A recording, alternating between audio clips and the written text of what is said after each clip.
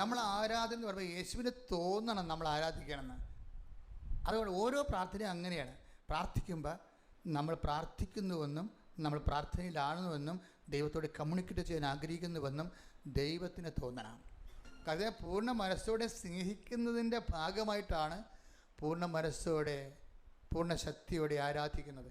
ഭാഗികമാകുമ്പോൾ പല വിചാരമെന്ന് പറയും. പല വിചാരം. അപ്പോൾ എപ്പോഴും നമ്മൾ പ്രാർത്ഥനയുടെ ഏറ്റവും വലിയ വില്ലൻ എന്ന് പറയുന്നത് പല വിചാരമാണ്. പ്രാർത്ഥിക്കുന്നതിൻ്റെ ഇടയ്ക്ക് നിങ്ങൾ നാളെയാണല്ലോ ആ ഡേറ്റ് എന്ന് പറയും. മനസ്സിലായില്ലേ?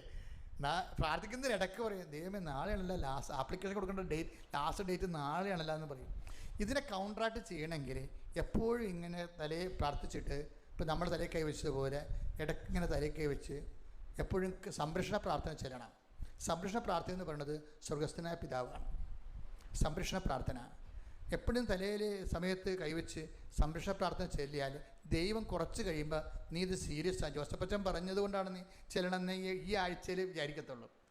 ഈ ആഴ്ച 2-3 ആഴ്ച കഴിഞ്ഞും പിന്നെയും തലയെ കൈ വെച്ചുകൊണ്ടിരിക്കുകയാണെങ്കിൽ കർത്താവ് പറയും നീ തന്നെ ചിന്തിച്ചിട്ടാണ് തലയെ കൈ വെക്കണമെന്ന് പറയുമ്പോൾ അതിന് ബ്ലസ് തരും. അതെപ്പോഴും നമ്മൾ ശ്രദ്ധിക്കരുത്. ഭയങ്കര ദൈവത്തോടെ ജീവിക്കണത് എളുപ്പമാണ്, പാടുമാണ്. ഒന്ന് ശ്രദ്ധിച്ചാൽ മതി.